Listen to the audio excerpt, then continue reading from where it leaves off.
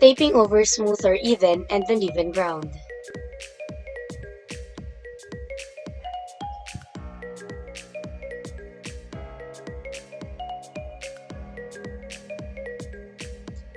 Here are the materials: measuring tape, markers such as marking pins or chalk, range poles, taping over smooth or level ground. First, mark the endpoints by chalk if it is on pavement, or by a marking pin if it is on soft ground and designated as endpoints A and B. A range poleman holds the pole vertically and steadily during the entire taping procedure at B to keep the complete taping process aligned and straightened. The tape is stretched out on the ground on the straight path along A to B, where the zero end is held ahead. The front tapeman gets a pin and sticks it vertically in the ground exactly opposite to 0-meter mark of the tape. Rear tapeman holds one pin, and the rest of the pins, 10 pins, are held by the front tapeman. Both the front and the rear tapeman lift simultaneously the tape and move forward along the line AB to measure the next tape length. By now, the rear tapeman holds one marking pin, which signifies one tape length. Then, 2 marking pins for 2 tape lengths, and 3 marking pins for 3 tape lengths. Repeat the same process until all the pins being held by the front tapeman have been used up, which signifies one tally. After a tally has been accomplished, the rear tapeman returns all the 10 pins to the front tapeman to proceed in measuring the length of the course. Repeat the same procedure if more than one tally is needed. This procedure is repeated back and forth. Upon reaching point B, the partial length must be measured accurately up to centimeters by the rear tapeman while the front tapeman is holding the zero mark at B and both them are holding the tape taut. This rear tapeman gets 1 pebble for every 10 marking pins he returns to the front tapeman. So, the number of small pebbles in the rear tapeman's pocket now indicates the number of tallies made, and the number of pins in his possession indicates the number of additional tape lengths.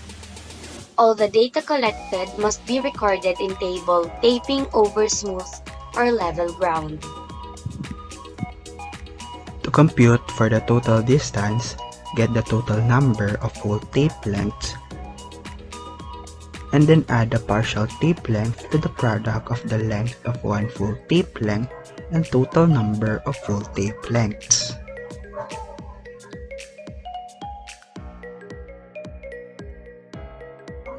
To compute for the mean distance, determine the sum of total distance, then divide the sum by the number of trials. To get the relative precision, determine the probable error of the mean, then divide by mean distance and reduce the numerator to unity to determine the relative precision. Part B. Taping over uneven ground. The same course is measured, but this time the tape will be unsupported by the ground and must be held an eye-level distance above the ground. Both the rear and the front tapeman hold a plumb line over the center of the hub. The front tapeman must hold his plumb line an arm length away from his body for the rear tapeman to clearly see if it is aligned in the range pole at B. Once the rear tapeman approves the alignment, the front tapeman holding the zero mark pulls the tape taut and drops plumb bob on the ground. This will mark the ground with a dent to guide the front tapeman where he must place his marking pin. This is to be done continuously until point B is reached.